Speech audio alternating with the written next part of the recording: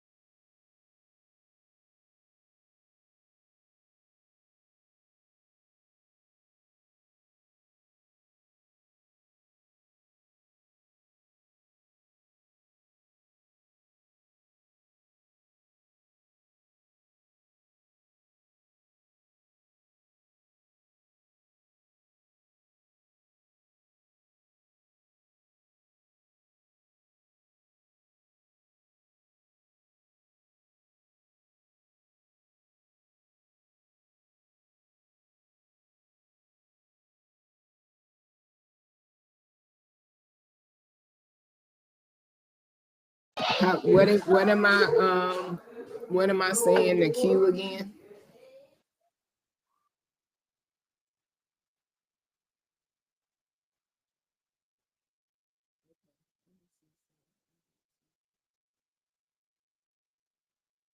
Hear me?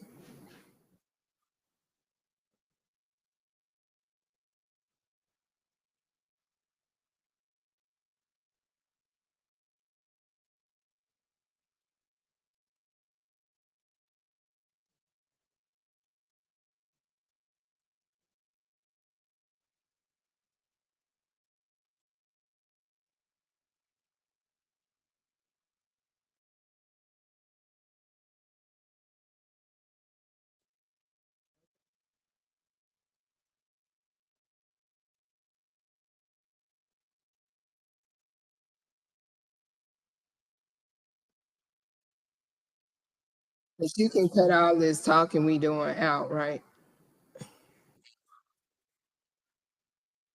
I mean,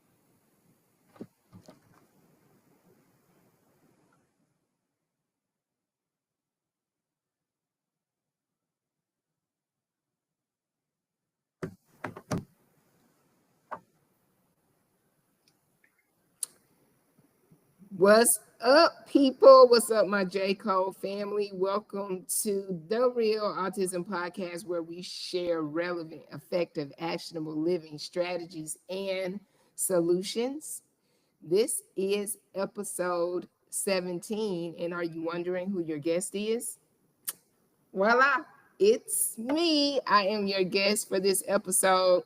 I am celebrating. I know it's an odd number, but I am celebrating episode 17. We have shot 16 episodes for this podcast. It's been great bringing information to my audience, to caregivers who are managing the stress as well as the journey of navigating autism now that they've received a diagnosis. And I'm hoping that this podcast will give you resources and allow you to have a better quality of life. So thanks for joining me If you have comments, you like what I said, you didn't like what I said, just put it in the comments so that I can hear from you. I also want to thank all of my subscribers, all of those that have listened, who have liked, shared, and subscribed to this podcast. So I want to express my appreciation to you for helping spread the word to my guest. I also want to express my appreciation to my guests that have been on the podcast, that have given their time freely to come and share information. You know, people who work in this profession, they are a special person. You have to be special to work in the neurodivergent population. So I want to thank my guests that, guess what? You are going to hear some of my favorite clips from some of the episodes. And you can always go to YouTube, Spotify, Apple Podcasts, and listen to any podcast that you missed.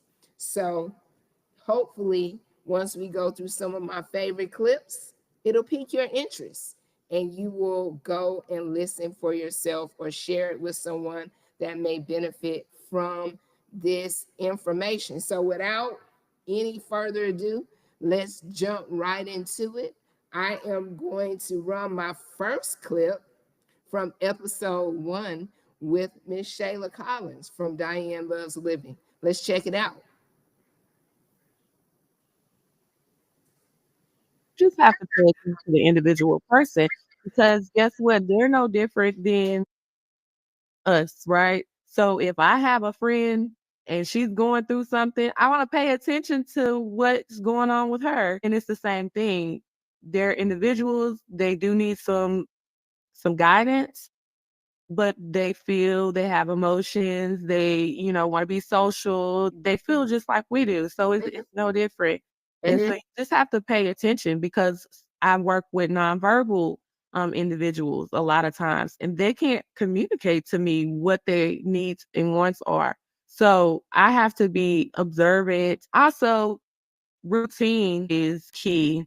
Routine and consistency, because the more that they know their routine and the more that it's consistency throughout the team, as you discussed earlier, they may have a team. They may have 2 or 3 different caregivers plus their parents, or if they're going to a facility or whatever like that. So you have to just pay attention and just know that routine is key and consistency is important. That's a Great. So again, that was my first guest for my inaugural episode with Miss Shayla Collins. And she has an organization called Diane Loves Living that provides caregiver services and helps them to achieve their skills and their skill set. So why I chose that episode is my question was, what do you look for or how do you treat somebody that's in the neurodivergent community? And from that clip, what I got was you just have to be observant, understand what it is that they like, what they dislike, treat them like any other person, as well as number 2, get them into a routine. Routine is key. Routine is key, as well as consistency. When you get that routine and you get consistency in place, you will see nothing but progression. So thank you to my guest, Ms. Shayla Collins. So let's check out the second episode. Hold on, let me double check. My second episode, yes, Miss Rachel Barron with Effective Students, where she talks about effective functioning skills, where she targets individuals with ADHD as well as autism. So let's hear from Rachel.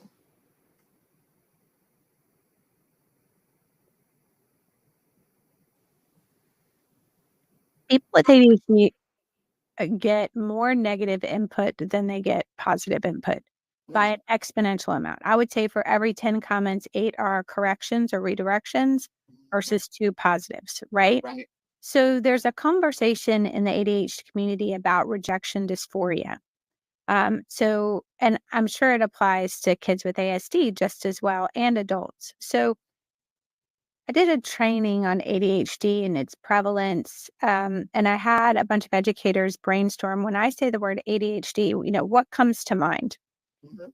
And they threw out a bunch of adjectives and descriptors and everything. Yeah, 80% of them were not positive. Now, later on in the presentation, I talked about rejection dysphoria and how many negative messages that they get. And then all of a sudden, the room was really quiet. And I said, okay, now that we all feel terrible about our preconceived notions, Yeah. let's talk about what are the awesome things that people with ADHD can do. And so,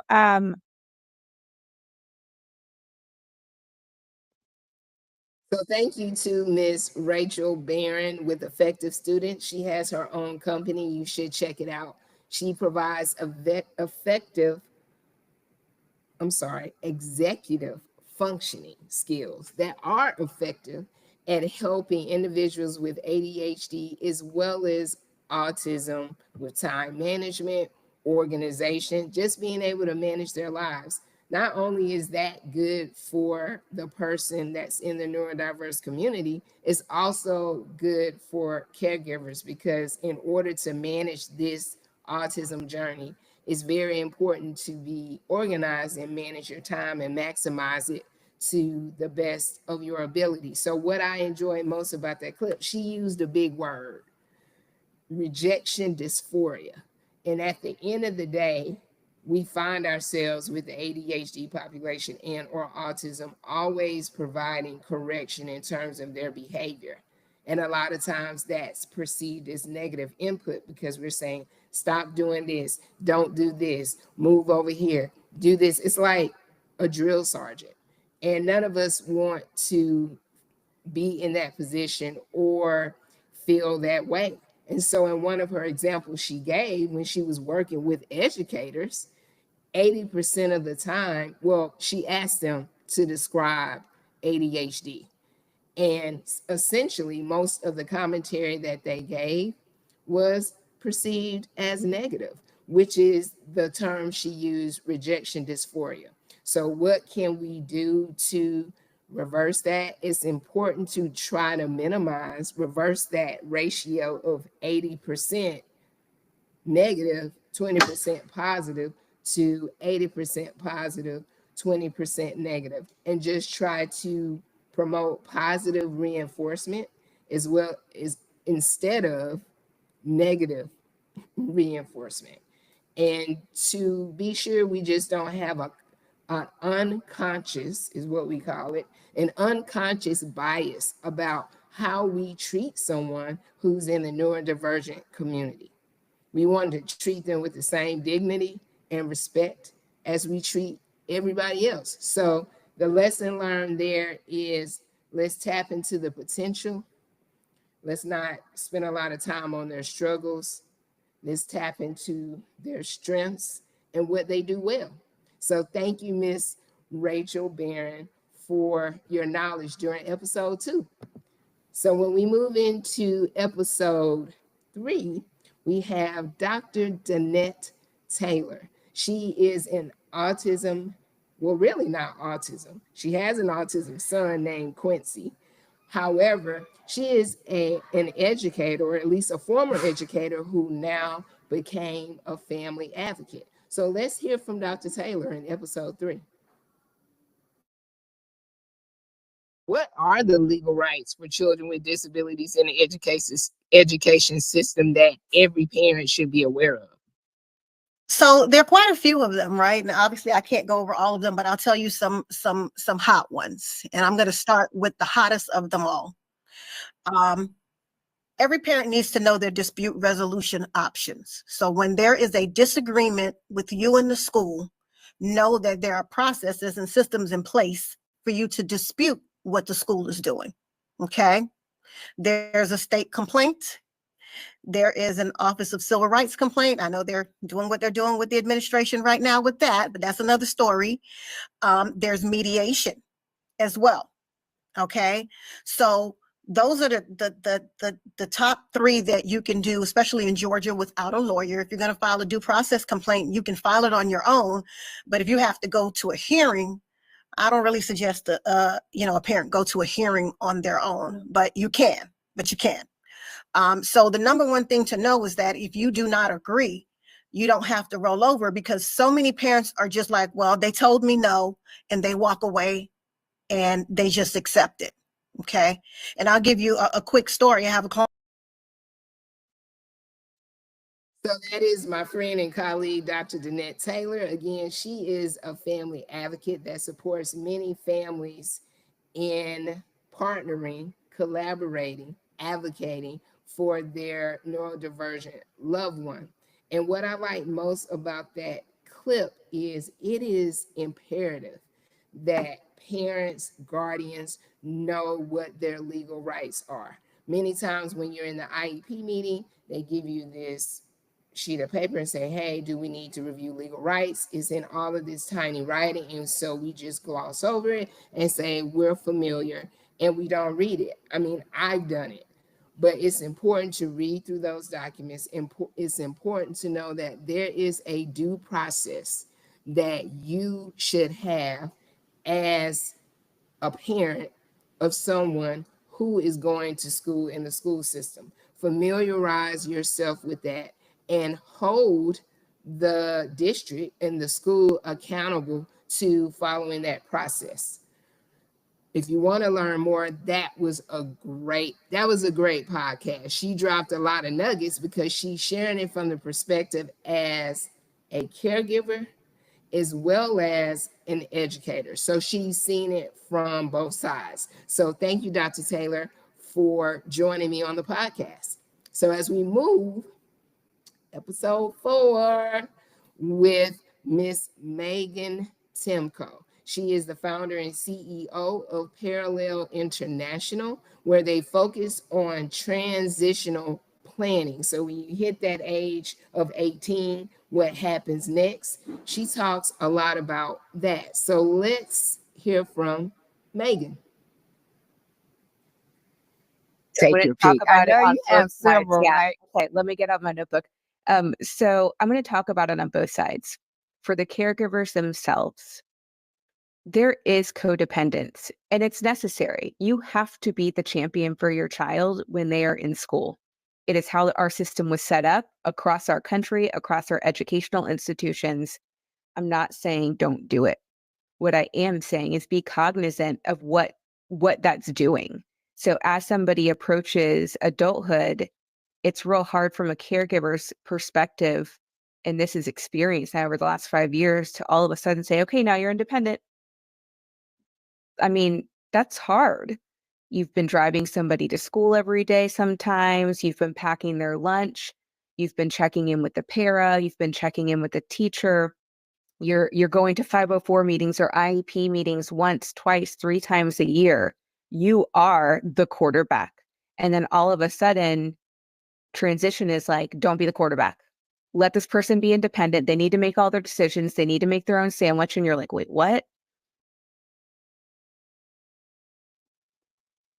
So that was Miss Megan Timko.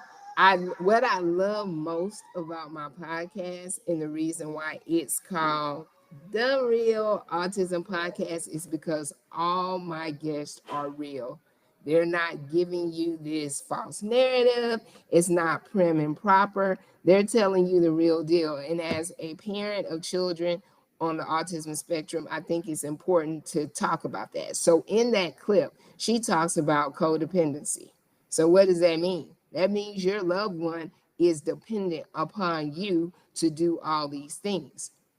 And because we care for them so much, we step in and do a lot of things because we're in a hurry to get things done, because it does take extra time to teach your loved one how to do things. And, for me, when I get home, I'm trying to get ready for bed. I'm trying to hurry up and cook dinner. So many times I would just say, come on, Coleman, let's say the grace, and say it for him, as opposed to encouraging him to get his communication device and say it himself.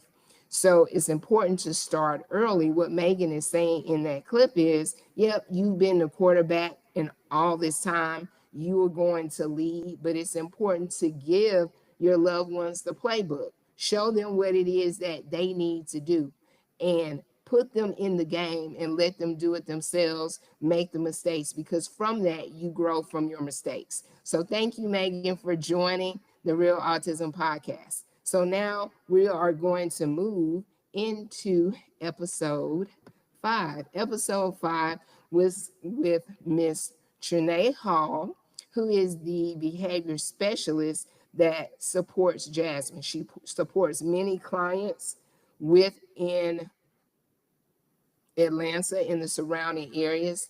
So she was a fun guest. She kept me laughing throughout the interview. So let's hear from Ms. Hall. They're being asked to execute this plan, and they just feel just helpless. Yeah. It's just a matter of being patient. You have to be patient. The individual did not develop that behavior overnight. It took some time. And the thing is that it's going to take time. It's going to take consistency. Everybody, it's going to take routine, or whatever like that. And like I stated before, with the individual, that was a severe case, right? And then I had to train that night at 1:00 in the morning. But at the end of the day, it came down to routine, and the family was overwhelmed. They were overstimulated because the behaviors was so bad. But I would tell you, to be patient, be patient and have a consistent routine. And then guess what? You have to have time for yourself, for self-care. And a lot of times, I don't want to leave my baby. I don't want to, no, leave your baby. Especially if it's someone that you really trust. You heard her. She said, leave your baby. And when she says that you're only leaving them for a short time, it's important to put the oxygen mask on yourself before you can put it on somebody else. So in that clip, she's talking about one of her clients that has severe behaviors, and how individuals don't ask to have this condition. Autism looks different for a lot of people. I find, like, on social media, I see a lot of different caregivers that have their own social media page, and they talk about their experiences. Some of them look a little bit easier to manage. And then you have others where they're putting holes in walls, they're banging their head against the wall, they're trying to fight you.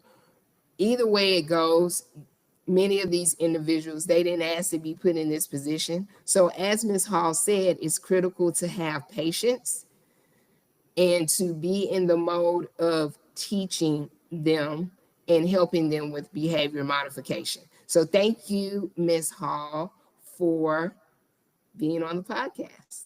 So in my last clip that I want to share with you. Now, granted, we did 16 episodes, but for tonight, we're just going to go through 6, and maybe next week we'll do some of my favorite clips from the others. How does that sound?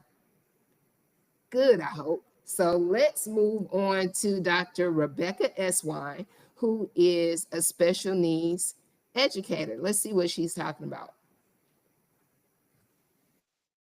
You kind of try to establish, I guess, successful relationships with parents. Yeah. Well, I think the biggest thing about being a special educator is I picked this, right? Like, I picked this career path. I said, this is what I want to do, and I chose it, and I put my whole heart into it, right?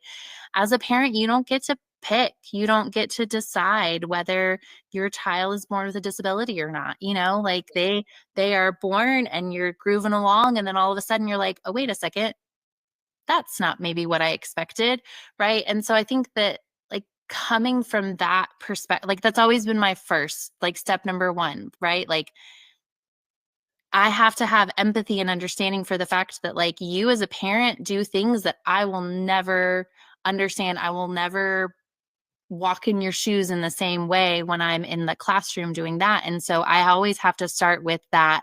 Parents are doing the absolute best that they possibly can at every single moment. And some, as a parent myself now, like, some moments are really pretty and awesome, and some maybe I could have done better, right? And so I think Awesome. Ooh, that sun. Can y'all see me? Because I can't see myself. There we go.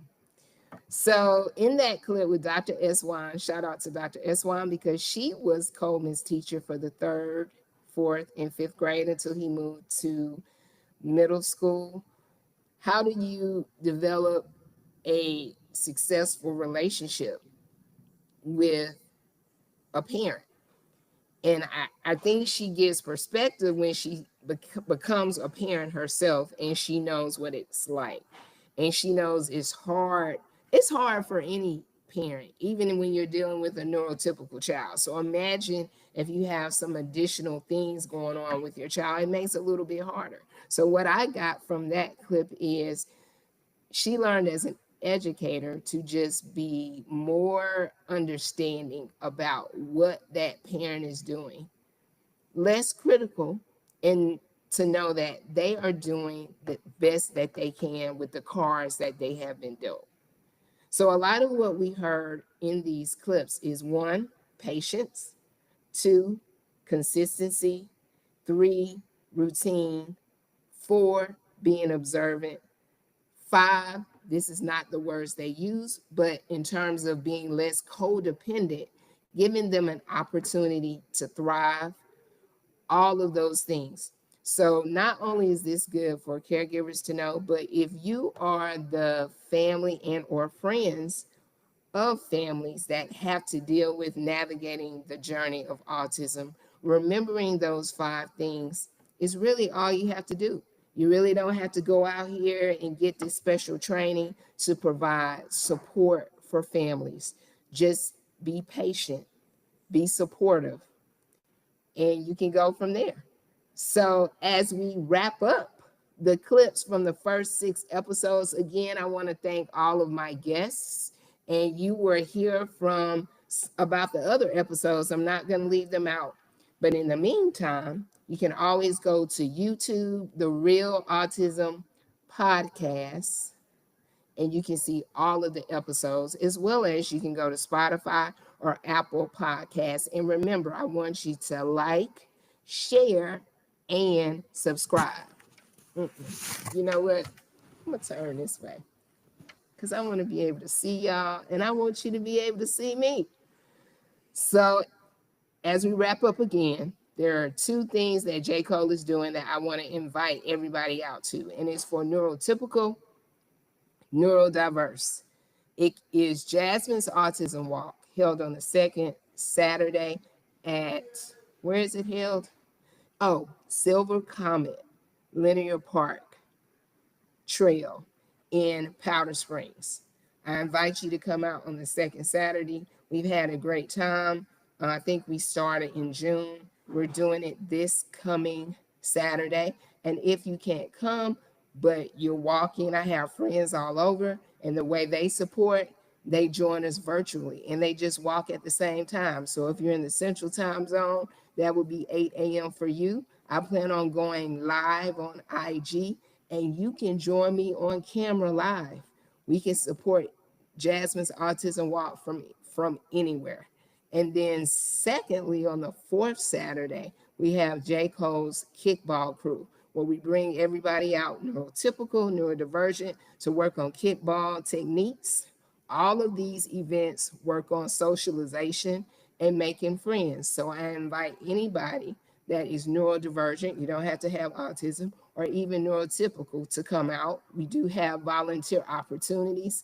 All you have to do is go to jcoleadvocacy.com to RSVP or provide me with your information so I can add you to the distribution list. Lastly, I have a special guest coming in the next couple of episodes. It's going to be my friend, Mr. Zuri Williams, and he is going to be my guest co-host on The Real Autism Podcast. He's also the father of 2 individuals that are on the spectrum, and I think it's important. The reason I chose him, just to be straight up with you, to be real with you, is because he is a male. He is a man. And so he's going to share his perspective in terms of being a father. I'm going to share mine. We might even disagree, But at the end of the day, we are going to be sharing some real information that is going to be relevant, effective, actionable, living strategies and solutions. So stay tuned. Be sure to follow me on Facebook, Instagram, YouTube, TikTok. Just follow me. You got it? Not sure if we have any questions out there, but I hope that you enjoyed this time together. And we will see you next Tuesday at 6 p.m. Peace.